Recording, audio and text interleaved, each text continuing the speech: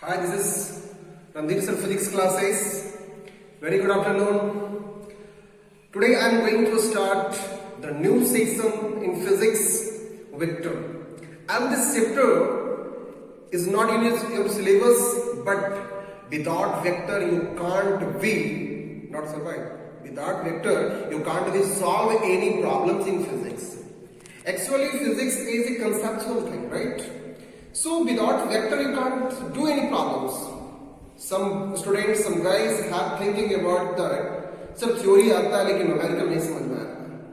तो ये वेक्टर जो आज हम लोग स्टार्ट करने जा रहे हैं, ये वेक्टर जो है आपके चैप्टर के सिलेबस में नहीं है, बट बिना वेक्टर का कहीं भी आप नहीं देख पाओगे, सारे जगह वेक्टर का यूज है। ठीक है, तो वेक्टर को हम लोग एक एक करके समझेंगे कि वेक्टर क्या होती है, ये वेक्टर किस पे डिपेंड्स होती है।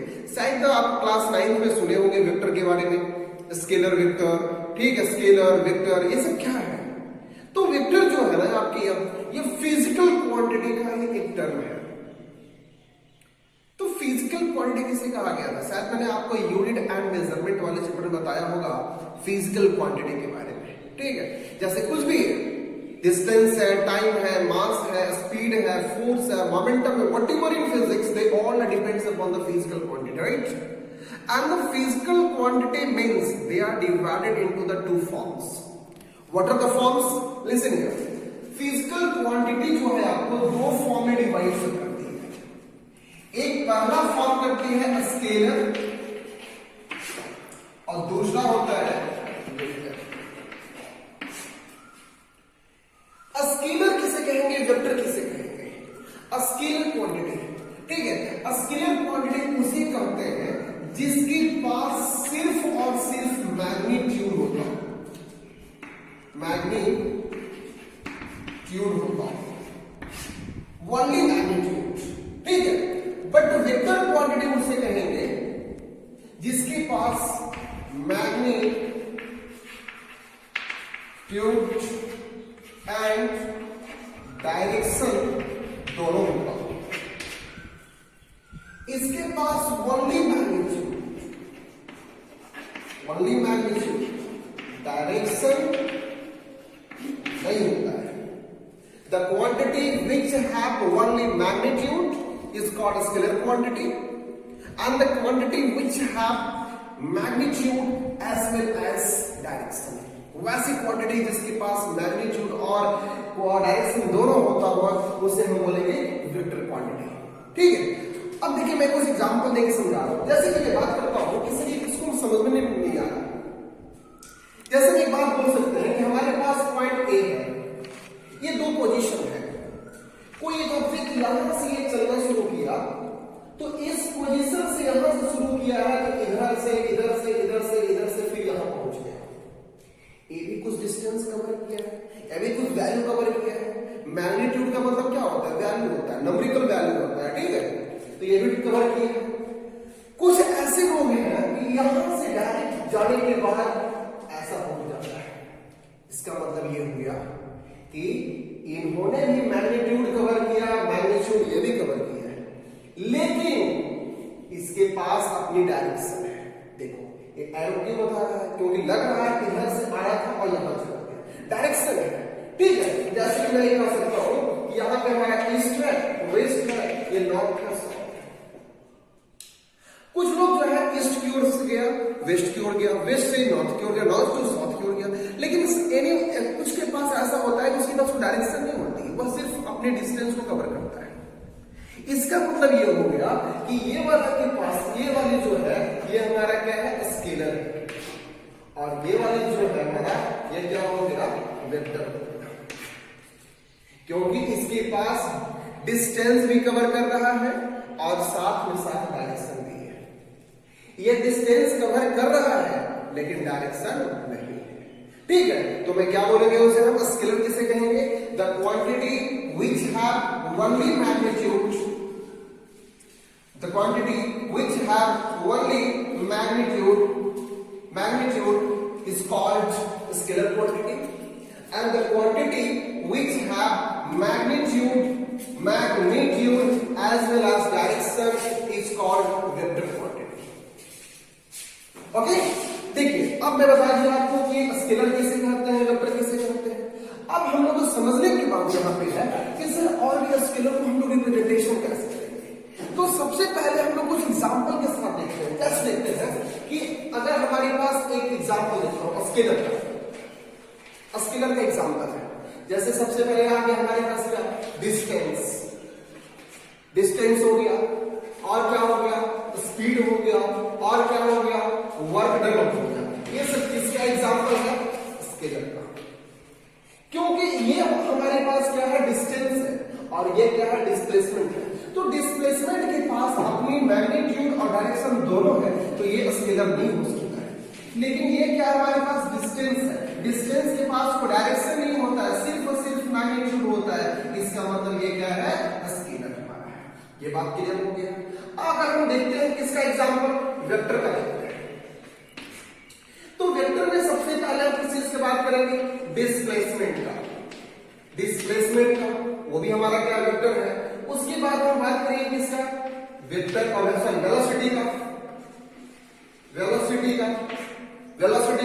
वेलोसिटी से रिलेटेड आप किसी चीज की बात कीजिए, जैसे कि वेलोसिटी बाय टाइम, एक्सीलरेशन, वो भी वेक्टर होगा।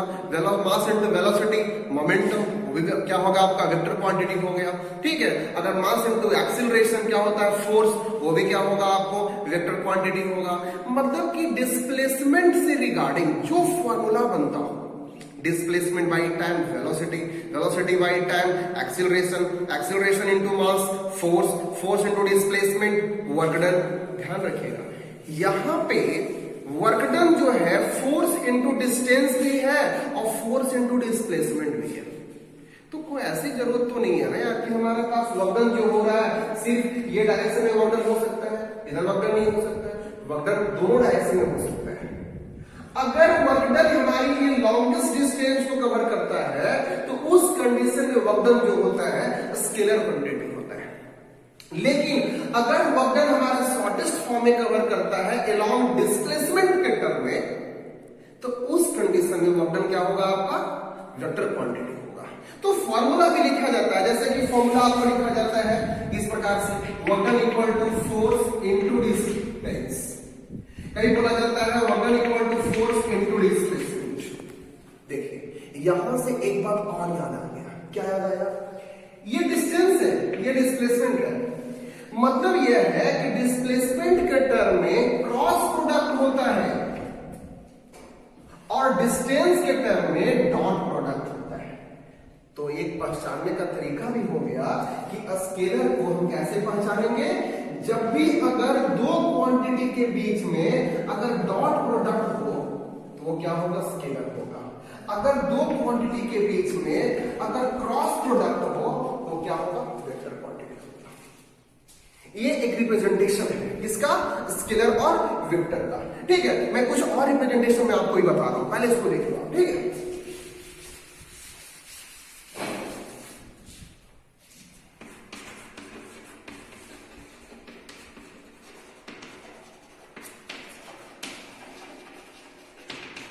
Representation of vector. रिप्रेजेंटेशन का मतलब क्या होता है, बनाना।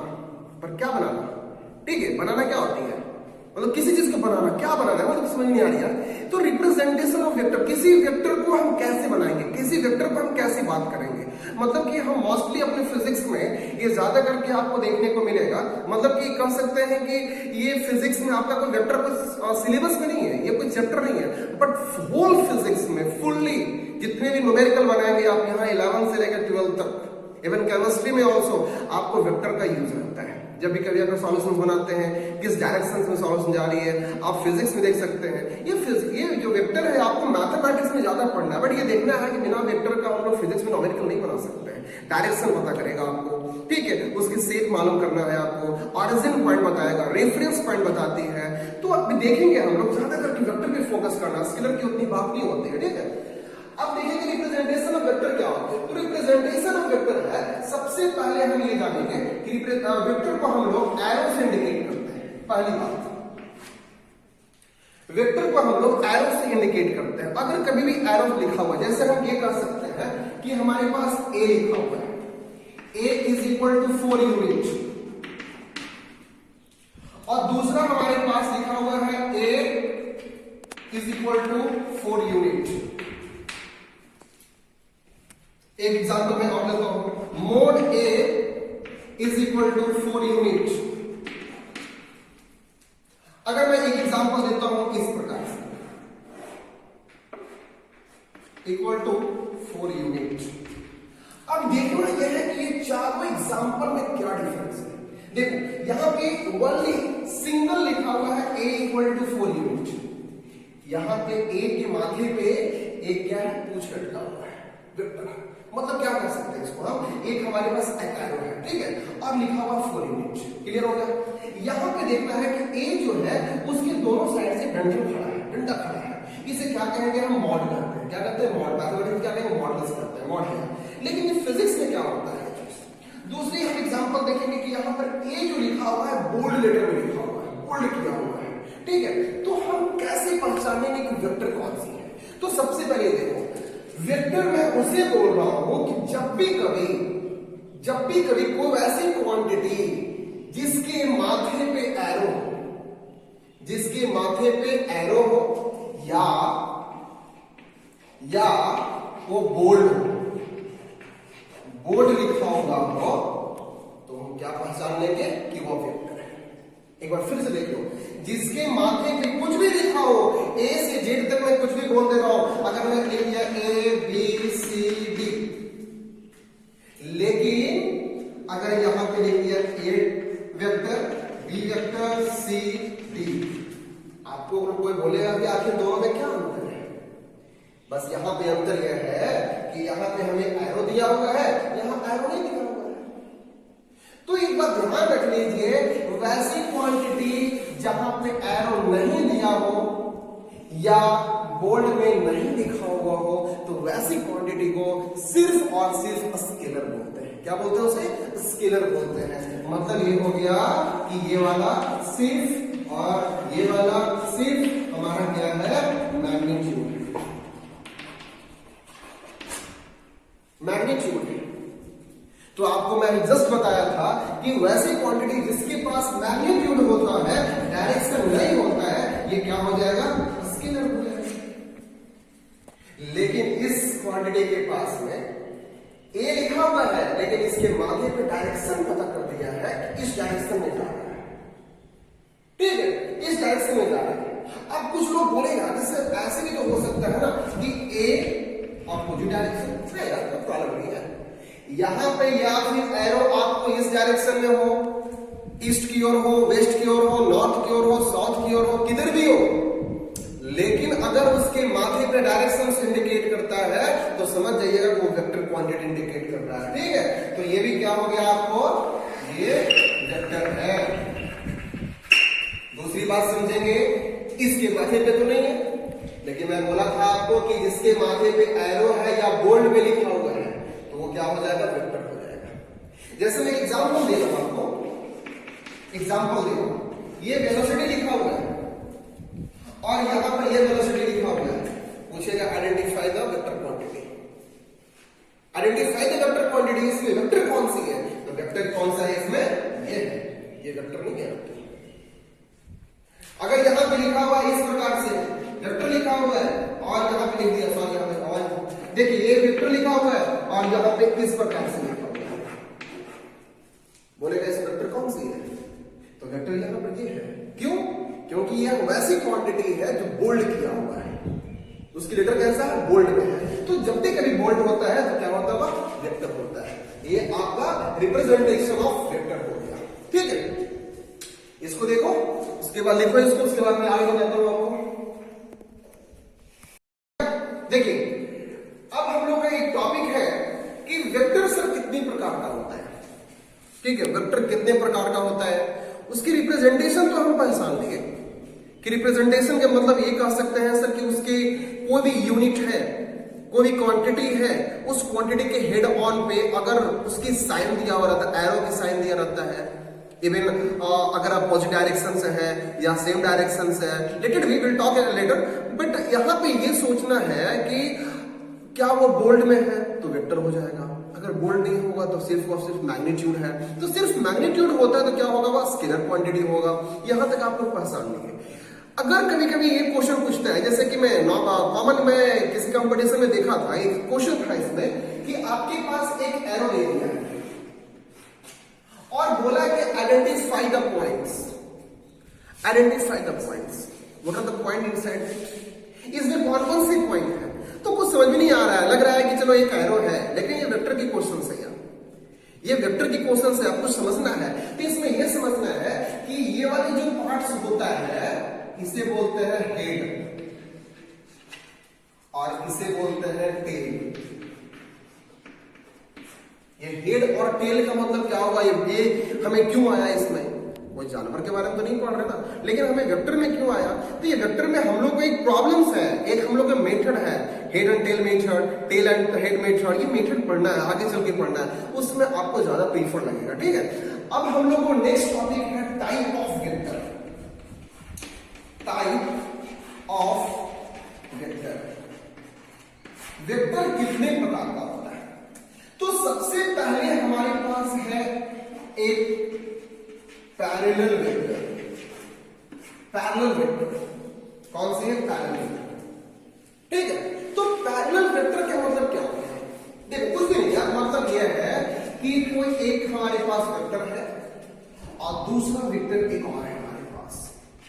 पैरेलल कब होती है, पैरेलल एक दूसरे के कंपेयर में होगा ना, आखिर किसी का कंपेयर जब तक नहीं करोगे तो पैरेलल किसको बोलोगे, एक तो ये सिंगल है ना आपकी। ठीक है, अगर थोड़ा सा अगर हम लोग और डीपली जाते हैं, जैसे ये कोई सोचेगा कि सर वेक्टर में एरो क्यों लगाया, क्या कारण था जो एरो लगाया है, आखिर स्केलर में क्यों नहीं लगाया। तो यहां पर आप देख लो कि ये जो आपका ये जो है ना, ये जो लेंथ है ये शो करता है लेंथ को, किसको शो करता है, length, length of quantity, length of quantity. But ये हेड जो है ये शो करता है डायरेक्शन, किसको शो करता है, डायरेक्शन को। देखो मैग्नीट्यूड किसी कहा गया, न्यूमेरिकल वैल्यू को, तो जो न्यूमेरिकल वैल्यू है मैग्नीट्यूड है, वही मैग्नीट्यूड तो आपका लेंथ है। अगर कभी भी वेक्टर की बात कहेगा आपको तो एक पॉइंट यहां लिख दीजिए, magnitude is directly proportional to length of quantity, length of quantity. Magnitude हमेशा लेंथ ऑफ क्वांटिटी को साइन करता है। ठीक है, मतलब ये आपका लेंथ दिया हुआ है, ये लेंथ हो गया। जैसे एग्जांपल में दे देता हूं, अगर लिखा हुआ है 4 मीटर टुवर्ड ईस्ट, इसका मतलब क्या हुआ, इसका मतलब यह है कि ये जो 4 मीटर जो दिया हुआ है ये लेंथ है या मैग्नीट्यूड है। क्लियर हो गया, लेकिन यहां किधर क्यों, इसकी डायरेक्शन क्या दे रखा है, टुवर्ड ईस्ट, मतलब ये वाली जो है आपका डायरेक्शन है। तो आप ऐसे भी लिख सकते हो, x vector is equal to 4 metre toward east, आपकी बुक्स में ऐसा लिखा है। तो इसका मतलब समझ जाना कि कभी भी ये हमारी डायरेक्शन दिया है, ईस्ट हो, वेस्ट हो, नॉर्थ हो, साउथ हो, कुछ भी डायरेक्शन हो, इसका मतलब वो वेक्टर है। पहली बात पहचान लेंगे। दूसरी बात हम पहचान लेंगे, अगर उसके हेड ऑन पे अगर आपने एरो दिया है तो पहचान लेंगे। अगर ये डायरेक्ट ऐसे लिख दिया है तो हम कैसे पहचान लेंगे, यहां पर इस ऐसे पहचान लेंगे क्योंकि यहां पर डायरेक्शन दे रखा है। अगर सिर्फ ये लिख देगा कि 12 जूल, बताइए ये हमारे और क्या है, स्केलर है कि वेक्टर है, कैसे पता करेंगे यार। अरे यार वक्डन तो क्या होती है, वक्डन हमारी स्केलर भी होती है, वक्डन वेक्टर भी होती है। मैंने काम किया, ठीक है काम किया, लेकिन काम किस डायरेक्शन में किया पता नहीं है, काम क्या किया पता नहीं है, किसने असाइन किया। लोग सोचते हैं, लोग बोलते हैं, जैसे बोलते हैं कि मुझे 90% चाहिए, मुझे 90% चाहिए, मुझे परसेंटेज लाना है, मुझे टॉप करना है। पढ़ाई सब कर रहा है, लेकिन टॉप करने के लिए, परसेंटेज लाने के लिए उसको एक डायरेक्शन में पढ़ना होगा कि हमें क्या पढ़ेंगे, कि मुझे प्रॉपर गाइडेंस मिलना चाहिए, प्रॉपर मुझे मार्क्स आना चाहिए। ठीक है, इसका मतलब है कि जो गाइडेंस के रिगार्डिंग में पढ़ाई करता है, उसकी कंसिडरेशन में पढ़ाई करता है, उसके डायरेक्शन में पढ़ाई करता है कि पहले ये पढ़ो, इसके बाद ये करो, इसके बाद ये करो, तो वो क्या हो गया, उसकी एक अपनी डायरेक्शन है। एंड दैट डायरेक्शन क्या होती है, वो शॉर्टेस्ट डिस्टेंस कवर करता है। कोई व्यक्ति जो है 4 साल में जॉब ले लेता है, कोई जो है 8 साल में वही जॉब लेता है, कोई शादी ब्याह होने के बाद जॉब लेता है। इसका मतलब है उन्होंने डिस्टेंस कवर किया था। मैंने आपको क्या बताया, 2 पॉइंट लिया था। इनसे की बात है, सपोज ये पॉइंट है, ये 3 पॉइंट है, यहां से चलना शुरू किया, ये एक आदमी यहां पहुंच गया और कोई आदमी ऐसा चलना शुरू करेगा इधर से इधर से इधर से होकर यहां पहुंचेगा। देखिए दोनों का डेस्टिनेशन पॉइंट सेम है, ये भी पहुंच रहा है बी पॉइंट पे, ये भी पहुंच रहा है बी पॉइंट पे, लेकिन मैं मानता हूं सपोज ये ए वेक्टर है, ये तो वेक्टर नहीं हो सकता यार, ठीक है, ए पॉइंट है या फिर कोई एक आदमी है, ये दूसरा आदमी है, ये अपना शॉर्टेस्ट डिस्टेंस कवर किया है। क्या इसके पास दूरी नहीं है? क्या इसके पास लेंथ नहीं है? लेंथ इसके पास भी है और लेंथ इसके पास भी है, लेकिन इसके पास क्या है और डायरेक्शन है, इसके पास कोई डायरेक्शन नहीं है। कभी जा रहा है इधर, कभी इधर, कभी इधर, कभी इधर, कभी इधर जा रहा है। तो ऐसे वाले सिस्टम को क्या बोलेंगे हम? स्केलर। अब ऐसे वाले क्या बोलेंगे हम? वेक्टर बोलेंगे, क्योंकि इसके पास डायरेक्शन है। ठीक है, तो जिसके पास मैग्नीट्यूड डायरेक्शन दोनों होता है, क्या होता है? वेक्टर होता है। तो आप वेक्टर को आगे चल के हम लोग की जो प्रॉब्लम्स आएगा लॉ ऑफ एडिशन सब्ट्रैक्शन में, तो ये वाली बात आपको यूज करेंगे उसमें। आप सोच लीजिए ये बात आ गई आपको। तो यहां पर हम बात कर रहे थे टाइप ऑफ वेक्टर का। तो पहला कौन सा है? Parallel vector. पैरेलल वेक्टर के मतलब क्या हो गया कि 2 लाइन, वैसी पॉइंट, वैसा पर्सन, वैसा गाड़ी, कुछ भी, एक गाड़ी यहां चल रही है, गाड़ी यहां चल रही है, दोनों गाड़ी पैरेलल जा रही है। मतलब क्या हो गया कि ये भी है इस डायरेक्शन में और ये बी वाला भी है इस डायरेक्शन में। ठीक है, तो इसे हम क्या कहेंगे? Parallel vector. और पैरेलल वेक्टर के बीच में जो एंगल बनती है, देखो कितना बन रहा है? 0 डिग्री बन रहा है। कितना बन रहा है? 0 डिग्री। ये बात हो गया। दूसरा हम बात करेंगे एंटी पैरेलल। एंटी पैरेलल का मतलब क्या होता है? एक इस डायरेक्शन में और एक अपोजिट डायरेक्शन में। कभी कभी इसको बोलते हैं अपोजिट वेक्टर भी बोलते हैं, या कभी कभी दूसरे नाम से देखेंगे, किसी बुक में लिखा हुआ है निगेटिव वेक्टर के रूप में। तो ये बात बराबर है, एंटी पैरेलल बोलो, अपोजिट वेक्टर बोलो या फिर नेगेटिव वेक्टर बोलो। जैसे एक जा रहा है इस घर की ओर और एक इसका जस्ट अपोजिट जा रहा है, लेकिन दोनों की जो लेंथ है वो लेंथ बराबर होना चाहिए। हम कैसे लिखेंगे? एक इधर की ओर लिखेंगे और एक जस्ट माइनस में लिख देंगे हम अपोजिट डायरेक्शन में। इसको ऐसे लिखा जाता है A is equal to minus B vector. मतलब क्या है? Negative vector. ठीक है, ये बात आ गया। तीसरा वेक्टर जो हमारे पास है, ये क्या है हमारे पास? इक्वल वेक्टर या अनइक्वल वेक्टर। देखेंगे दोनों पर, इक्वल और अनइक्वल वेक्टर। इक्वल वेक्टर किसे कहेंगे? इक्वल वेक्टर उसे कहेंगे कि कोई भी एक पॉइंट अगर इस डायरेक्शन में जा रहा हो, इस डायरेक्शन में जा रहा है, या दूसरा पॉइंट भी जो है उसी डायरेक्शन में जा रहा हो। पैरेलल में क्या था? पैरेलल में है दोनों पैरेलल बराबर लेंथ होगा। इसमें हमारा कोई बराबर की बात नहीं है, बट ये है कि डायरेक्शन दोनों की सेम होनी चाहिए। डायरेक्शन दोनों के सेम होने चाहिए।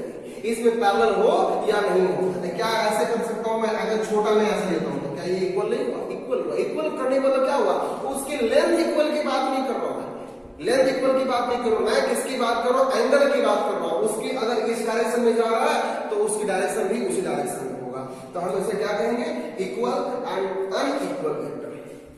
ओके, इसे आप लिखिए। नेक्स्ट वेक्टर बताता हूं अभी।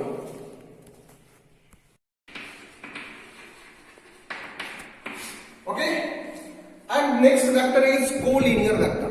कोलिनियर वेक्टर, कॉन्करेंट वेक्टर, बहुत सारी वेक्टर है, बट ये सारी वेक्टर आपको मोस्टली ज्यादा आपको मैथमेटिक्स में यूज होगा। हम लोग की जो फिजिक्स में यूज होने वाली है वो इसके बाद आने वाली है। ठीक है, कोलिनियर का मतलब ये हो गया कि पहले ये वेक्टर बनाएंगे, एक हेड एक टेल, और दूसरा वेक्टर भी अगर इसी लाइन में जा रही है उसे हम क्या बोलेंगे? Collinear vector. उसे हम क्या बोलेंगे, कोलिनियर वेक्टर। ठीक है, मतलब वैसे वेक्टर ये हम कह सकते हैं ए वेक्टर, ये कह सकते हैं बी वेक्टर। वैसे वेक्टर जिसका दोनों वेक्टर का लाइन एक सेम लाइन हो, सेम प्लेन एक्सिस हो। ठीक है, उसकी सरफेस कैसी हो सकती है, प्लेन सरफेस हो सकती है। अब देखिए यहाँ पे थीटा कितना बन रहा है, यहाँ बताओ कितना थीटा बन रहा है यार, तो यहाँ पे 180 डिग्री बन रहा है। ओके, तो ये हो गया कोलिनियर वेक्टर। उसके बाद आपको और भी आते हैं कॉन्ग्रुएंट वेक्टर। कॉन्ग्रुएंट वेक्टर मतलब कि ये तो आपको मैथमेटिक्स में बड़े देख रहे थोड़ा सा, मतलब कह सकते हैं कि जिसका प्लेन सरफेस सेम हो। जैसे हम कह सकते हैं कि एग्जांपल लेते हैं कि जैसे देखो ये आपके पास एग्जांपल है, सपोज एक वेक्टर ये है, दूसरा वेक्टर ये है हमारे पास। ठीक है, ये दोनों वेक्टर है। अब ये दोनों का हम एक सरफेस पे ऐसा लगाते हैं, तो ये क्या होगा, एक प्लेन एक्सिस पे बन रहा है, प्लेन सरफेस पे। तीसरा अगर हम लोग ऐसा लगा देते हैं तो ये भी इसी पे बन रहा है। तो ऐसी वाली वेक्टर को क्या कहते हैं, कॉन्ग्रुएंट वेक्टर। क्या करते हैं इसको, कॉन्ग्रुएंट वेक्टर। जैसे आप लोग 3 डायमेंशन में पढ़ना होता है x y z। ठीक है, और x वाली वेक्टर को हम लोग इंडिकेट करते हैं, यहां पर मैं लिख देता हूं, x एक्सिस को जो है y एक्सिस और z एक्सिस। x एक्सिस में इंडिकेट होता है वेक्टर, तो उस वेक्टर को कहा जाता है आई कैप, इस प्रकार से लिखा जाता है। और y वाले को बोला जाता है j कैप। क्लियर हो गया, तो बेसिक से देखिए, z को बोला जाता है k कैप। ठीक है, ये इस पर नॉमिनल रहेगा। अभी आप ध्यान रखो कि जब भी अगर x की ओर जा रहा है इसका मतलब कि i है, y की ओर जो है वो j है, z की ओर जो है वो k है। तो ये जो बात आती है आपको किस में आएगा, कॉन्ग्रुएंट वेक्टर में आएगी। ठीक है, अब हम लोग की जो आगे पढ़ना है वह कौन सी है, यूनिट वेक्टर। देखेंगे आप यूनिट वेक्टर, ये फिजिक्स की इंपॉर्टेंस से बहुत ही यूजफुल है। यूनिट वेक्टर, यूनिट वेक्टर का मतलब क्या होता है, यूनिट का मतलब क्या होता है, एक। मतलब वैसे वेक्टर जिसकी मैग्नीट्यूड क्या हो, 1 हो। मतलब यहां पर हम लिख सकते हैं कि मैग्नीट्यूड इज इक्वल टू वैसा वेक्टर जिसका मैग्नीट्यूड क्या हो, 1 हो। मतलब कि यहां पे और भी आप इसको कैसे इंडिकेट करोगे यूनिट वेक्टर को, तो कोई भी यूनिट वेक्टर अगर रहता है तो उसे उसके जो इंडिकेशन होता है ना, वो जैसे सपोज मेरे पास ए लिखा हुआ है। ठीक है, ए लिखा हुआ है तो ए के पास कैप डाल दीजिए, या फिर आप ऐसे लिख सकते हैं ए वेक्टर भी लिख सकते हैं। तो ए एक वेक्टर है लेकिन वह यूनिट बन गया क्या, नहीं। तो यूनिट वेक्टर लिखने के लिए A vector is equal to A divide by mod of A. ये होता है आपका यूनिट वेक्टर। क्या होता है, यूनिट वेक्टर। यूनिट वेक्टर का मतलब मैं फिर से बोल दे रहा हूं, यूनिट वेक्टर की जो वैल्यू होती है वो क्या होती है, 1 होती है। मैग्नीट्यूड क्या होता है, 1 होता है। मतलब ऐसे कर सकते हो कि उसकी कोई एक अपनी सिंगल डायरेक्शन होती है।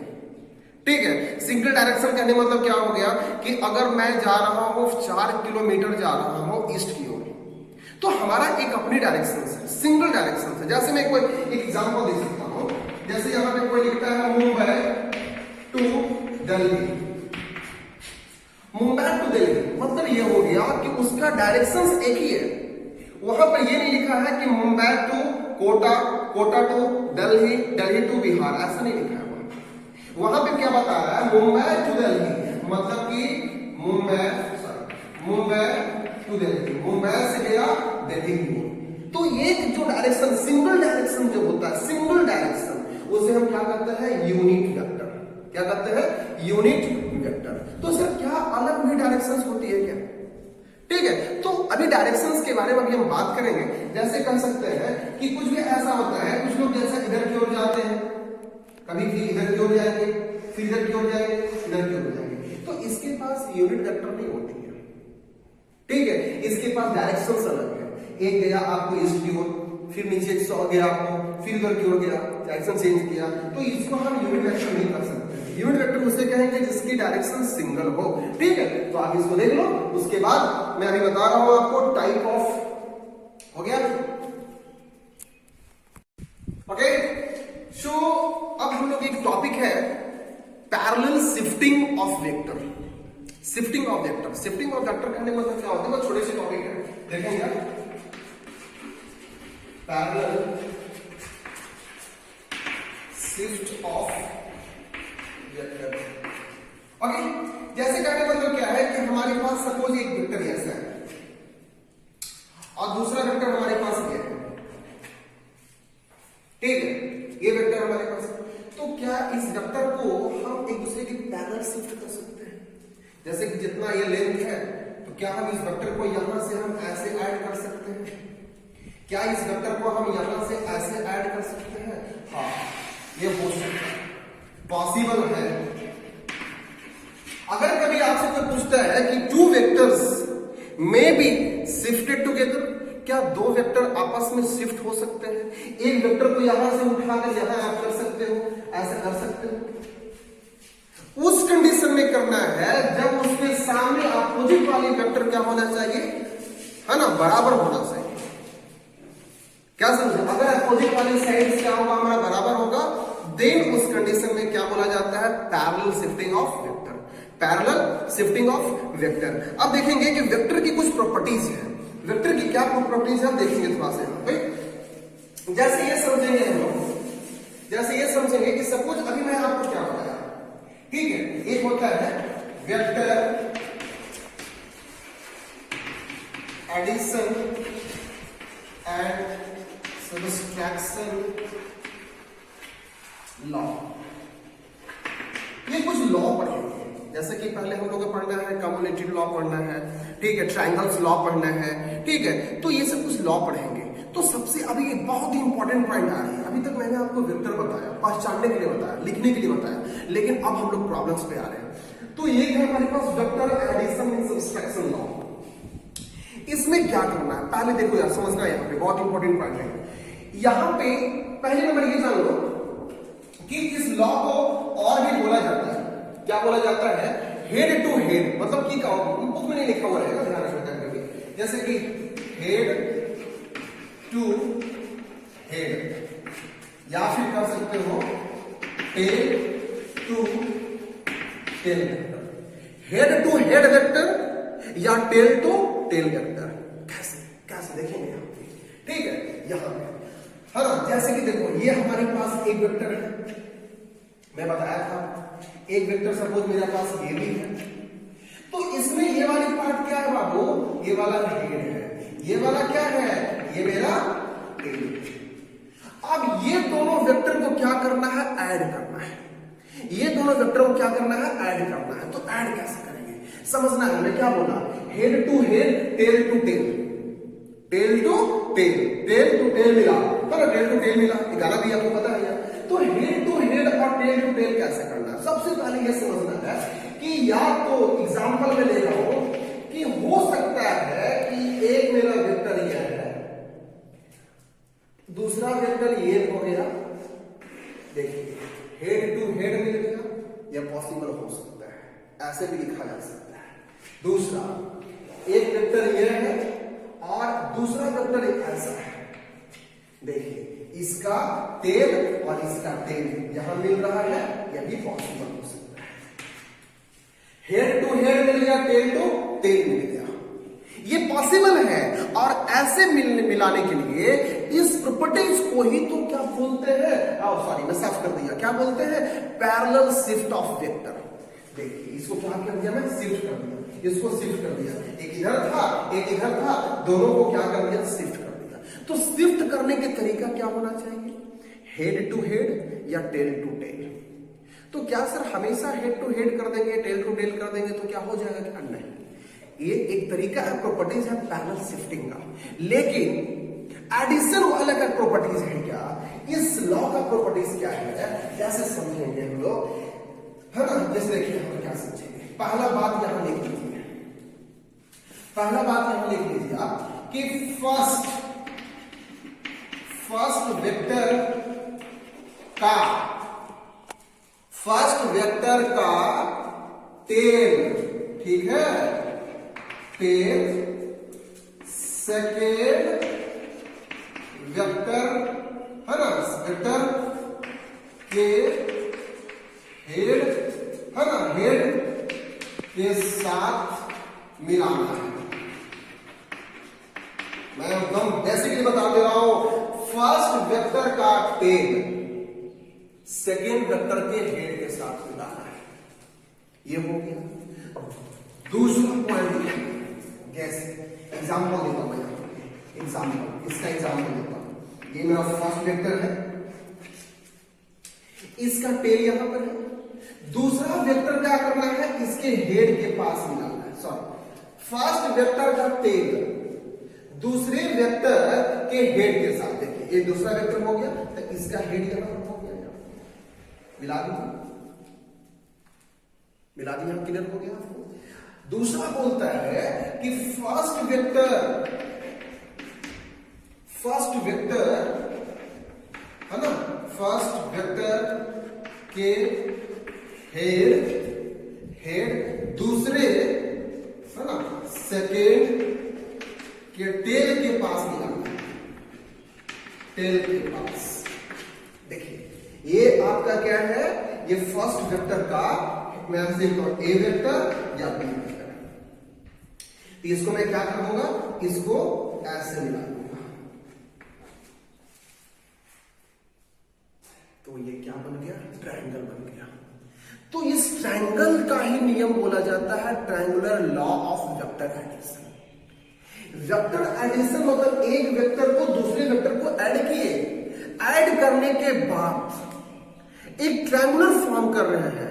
जबकि ये वाली जो लाइंस है, ये वेक्टर सर अगर आप पूछोगे सर हमारे पास दो ही वेक्टर था, एक वेक्टर ए था, दूसरा वेक्टर बी था, लेकिन ये कहां से आ गया, तो इसी वेक्टर को बोला जाता है रिजल्टेंट वेक्टर।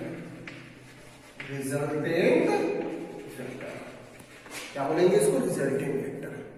तो मैं अभी बताऊंगा आने वाला टाइम में कि रिजल्टेंट वेक्टर कैसे फाइंड होगा, ठीक है। क्या बोला जाता है इसे, रिजल्टेंट वेक्टर। जैसे मैं एक एग्जांपल देता हूं आपको, एग्जांपल देता हूं मैं, एक क्वेश्चन देता हूं यहां पर देखिए, एक क्वेश्चन क्या है, कोई एक बंदा क्या हुआ कि आपको 4 मीटर गया है, 4 मीटर गया है किधर की ओर, ईस्ट की ओर। कोई बंदा 4 मीटर गया है ईस्ट की ओर। दूसरा बोल रहा है कि एक वेक्टर हमारा एक आदमी इधर की ओर गया है, कितना, 3 मीटर। तो पूछ रहा है कि find the displacement of that vector. इसका डिस्प्लेसमेंट बताइए। देखिए ये पहला वाला है, यहां पे क्या हो गया, ये भी कंडीशन है, टेल टू टेल मिला हुआ है, कोई प्रॉब्लम नहीं है, ये भी आपका चल सकता है, चलता है। अब देखिए क्या करना है, पूछा है कि डिस्प्लेसमेंट बताइए, तो डिस्प्लेसमेंट का मतलब होता है शॉर्टेस्ट डिस्टेंस। तो क्या हम 4 + 3 कर देंगे तो मेरा शॉर्ट डिस्टेंस निकल जाएगा, नहीं निकलेगा, क्योंकि ये हमारी लंबी दूरी है। शॉर्ट डिस्टेंस होगा यहां से यहां, तो यहां से यहां तक हम क्या करेंगे, तो लाइन डालेंगे। तो लाइन डालने के लिए हम प्रॉपर्टी समझेंगे। फर्स्ट वेक्टर का टेल, ये नहीं क्लियर हो रहा है, दूसरा प्रॉपर्टीज देखेंगे, फर्स्ट वेक्टर का हेड सेकेंड वेक्टर के टेल के पास। सॉरी, अगर इसको हम ऐसे लिखते हैं, तो फर्स्ट वेक्टर का हेड जो है दूसरे वेक्टर के टेल के पास ये ऐड हो जाएगा, तो ये मेरा क्या हो जाएगा, रिजल्टेंट। अब रिजल्टेंट कैसे करेंगे, तो रिजल्टेंट आपको पता है, रिजल्टेंट इज इक्वल टू होता है a² प्लस b², ये वेक्टर प्लस b वेक्टर का, ये हो जाएगा स्क्वायर। तो r इज इक्वल टू हो जाएगा √a² प्लस b²। ये वेक्टर आप देख लीजिए कौन सा है, चलो लेता हूं इसको, मैं a वेक्टर था, ये मेरा b वेक्टर, तो 4 4 जा हो जाएगा 16 और प्लस 3 3 जा 9, 16 प्लस 9 25, 25 का रूट कितना हो जाएगा, 5 हो जाएगा। तो रिजल्टेंट मेरा कितना निकल गया, 5 मीटर निकल गया, ठीक है। तो ये आपका क्लियर हो गया है ना, इसको आप देखो पहले, ओके। अब हम लोग का नेक्स्ट टॉपिक है एंगल बिटवीन टू वेक्टर। एक बार फिर से याद रखना, मैंने भी क्या बताया था आपको, addition of vector, and addition of vector में क्या था आपको, हेड टू हेड या टेल टू टेल, ठीक है। उसके अंदर में ट्रायंगुलर लॉ बताया गया, ट्रायंगुलर लॉ के 2 प्रॉपर्टीज बताया, ठीक है। फर्स्ट वेक्टर का हेड सेकंड वेक्टर के टेल के साथ में, सेकंड वेक्टर का टेल फर्स्ट वेक्टर के हेड के साथ में। तो इस प्रकार से आपको क्या करना करना है, शिफ्टिंग करना है। अब कभी अगर पूछता है कि सर दो वेक्टर है, दो वेक्टर के एंगल बताइए, तो देखिए सबसे पहले मैं कुछ क्वेश्चन के साथ बात करता हूं। सपोज मेरे पास क्या है, एक हमारे ये पास ये है और फर्स्ट वेक्टर का टेल, ठीक है, दूसरी वेक्टर का भी मैं यहां पे ले सकता हूं, दूसरी वेक्टर का टेल, टेल टू टेल भी होता है, हेड टू हेड भी होता है। बताइए ये दोनों के बीच में एंगल कितना बनता है, ये पूछे आप क्वेश्चन। तीसरा क्वेश्चन है अगर इस प्रकार से ये हेड है और दूसरा भी ये हेड, बताइए ये दोनों के बीच में एंगल कितना बनता है, ए वेक्टर बी वेक्टर के बीच में, ए वेक्टर या बी वेक्टर। और भी क्वेश्चंस हो सकता है, जैसे क्वेश्चंस अगर मैं ऐसे देता हूं, सपोज एक इधर की ओर है और एक यहां है, मतलब इसका टेल और सेकंड का हेड, बताइए यहां पे एंगल कितना बना है, ये भी क्वेश्चंस हो सकता है। सपोज मैं देता हूं यहां पे ए, ठीक है, ये बात आ गई। अगर मैं क्वेश्चंस ये देता हूं, यहां पे देखिए, सपोज अगर मैं इसी क्वेश्चन को थोड़ा सा ब्रॉड करता हूं, ब्रॉड ही करता हूं कि मैं मानता हूं कि इसको मैं 120 डिग्री दे दिया हूं कि यहां पे 120 बन रहा है, तो क्या ये यहां पे वेक्टर एंगल के माध्यम से ये एंगल सही? अगर मैं मानता हूं कि यहां पर मैं 60 दिया हूं, या फिर यहां पे मैं देता हूं यहां पर भी 120 डिग्री, क्या वेक्टर के एंगल से ये सही एंगल होगा? कैसे हम कर देंगे कि इसमें इतना होगा? चलो ये तो हो गया कि जब सर ये 90 डिग्री है तो हमारे ये परपेंडिकुलर ऐसा है तो ये 90 बन गया, लेकिन यहां तो ऐसे वाले सिचुएशंस में आपको क्या करना है, पहले नंबर क्या करना है कि वेक्टर को शिफ्ट करना है, वेक्टर को शिफ्ट करना। जैसे इसको देखो, क्या मैं इसको आगे की ओर बढ़ा सकता हूं, आगे बढ़ा, ये वेक्टर को और आगे बढ़ा दिया। अब देखिए ये टोटल एंगल कितना होगा,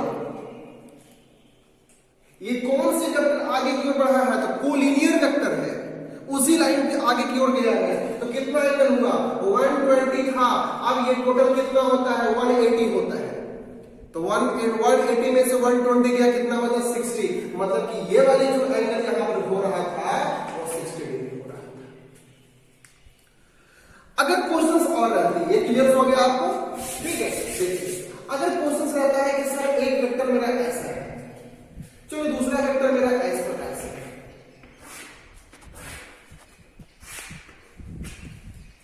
ठीक है। ये क्वेश्चंस आपको नीट का क्वेश्चंस है, मैं देखूंगा इस चीज में आपको क्वेश्चन पूछा हुआ है, यहाँ पे एंगल कैसा है, ठीक है, ये एंगल पूछता है इसमें। तो मैं यहाँ पे आपको दे रहा हूं, यहाँ पे एंगल दिया हुआ है 60 डिग्री और यहाँ दिया हुआ है 60 डिग्री, क्लियर हो गया। एक वेक्टर इधर की है, मतलब कहता हूं मैं ये बी वेक्टर है, ये सी है, ये डी है, ये मेरा ए वेक्टर है। क्वेश्चन पूछ रहा है फाइंड ए बी एंड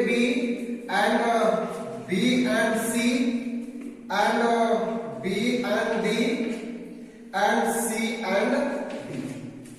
बताइए ए के पास कितना एंगल बनेगा, बी के पास कितना एंगल बनेगा, बी और सी के बीच में कितना एंगल यहां बन रहा है, उसके बाद बताइए बी एंड डी के पास में कितना एंगल बन रहा है, उसके बाद बताइए सी और डी के पास कितना एंगल बन रहा है। ये क्वेश्चन है, find the angles between two vector. तो एंगल्स बिटवीन टू वेक्टर करने के लिए हम क्या करेंगे, पहले हम शिफ्ट करेंगे, ये वाले को हम देखो क्या करेंगे, एक यहां वेक्टर है, इसको हम शिफ्ट कर देंगे इधर की ओर, इसमें शिफ्ट कर देंगे।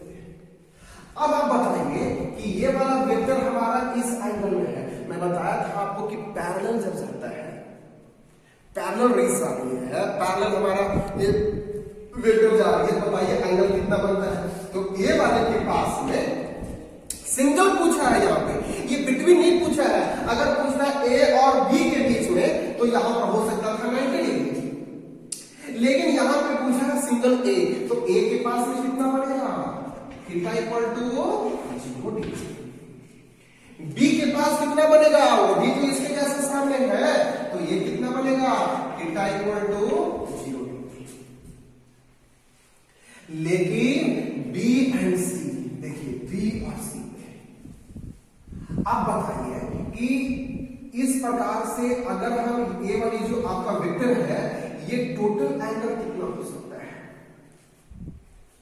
ये टोटल एंगल कोई बोलेगा सर 180 होगा। 180 कैसा होगा यार? 180 इस प्रकार से होता है तो 180 होता है, लेकिन ये थोड़ा सा इस प्रकार से है। आप यहां देखो तो क्या करना है, ये वाली जो है आपका, ये वाला जो है आपका ना, ये जो वेक्टर है, इस वेक्टर को आगे की ओर शिफ्ट करना है, आगे की ओर शिफ्ट करना है। तो देखिए बी और ए के बीच में कितना बन रहा है? ये 90 बन रहा था, ये 45 हो गया। इसका मतलब है कि टोटल हमारा कितना, यहां से देखिए आप, ये कितना हमारा है, यहां से हमारा हो गया 180, और 180 में से 60 मेरा चला गया, तो ये मेरा एंगल कितना बन रहा है टोटल यहां से यहां तक? 120। क्या किया हम? फिर से देखो, ये वाला वेक्टर को हम शिफ्ट किए हैं आगे की तरफ, आगे शिफ्ट करेंगे तो मेरा एक स्ट्रेट लाइन बनेगा, और स्ट्रेट लाइन का एंगल कितना होता है? 180 होता है, जिसमें हमारा ये यहां पर ए वेक्टर में हमारा दिया हुआ 60 डिग्री, तो हम उसको क्या करेंगे? निकाल देंगे। हम ये मत देखेंगे यहाँ पे कि सिर्फ यहाँ पे 60 है, ये 45 को ऐड कर देंगे। अरे यार 45 को ऐड करोगे कैसे? ये 60 तो सिर्फ इतना का है ना यार, ये 45 का से ऐड नहीं।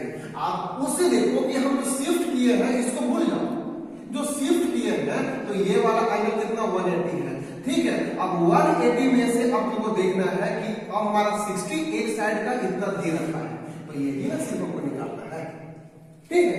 अब बी और डी देखो बी और डी, बी भी वही हो जाएगा, बात क्लियर हो जाएगा। सी एंड डी देखो, सी और डी ये दोनों के बीच के एंगल निकालो, तो देखिए यहां से यहां तक के एंगल कितना होता है? 180, तो 60 प्लस 60 कितना हो गया? 120, तो ये मेरा कितना बचा हुआ है? 60, ये 60 बन गया। तो ये जो एंगल निकालने का जो तरीका है ना, ऐसे बोलते हैं एंगल्स बिटवीन टू वेक्टर। आप इसे क्या करोगे? वेक्टर को शिफ्ट करो, आगे की ओर शिफ्ट करो, शिफ्ट करने के बाद आप एंगल निकाल सकते हो कितनी उसकी एंगल होती है। ये पहला तरीका। दूसरी तरीका मैं अगली क्लास में बताऊंगा, ठीक है। तो उस पर फॉर्मूला है, फॉर्मूला भी बताऊंगा। आज के सेशन में इतने ही रखता हूं, ठीक है। आप इसे एक एक चीज को ऑब्जर्व कीजिए, नोट्स बनाइए और इसे ध्यान रखिएगा, क्योंकि ये आगे जितने भी फिजिक्स की न्यूमेरिकल्स बनेगा ये वेक्टर में भी बनेगा। जैसे मोशंस क्या है, स्ट्रेट लाइन इक्वेशन क्या है, रिलेटिव मोशंस क्या है, तो बिना वेक्टर का नहीं बन पाएगा। आगे कंफ्यूजिंग लगेगा आपको, किस डायरेक्शन में जा रहा है, कौन एक्सिस पे जा रहा है, ठीक है। तो आज का यही सेशन है। Okay, thank you guys, thank you everyone.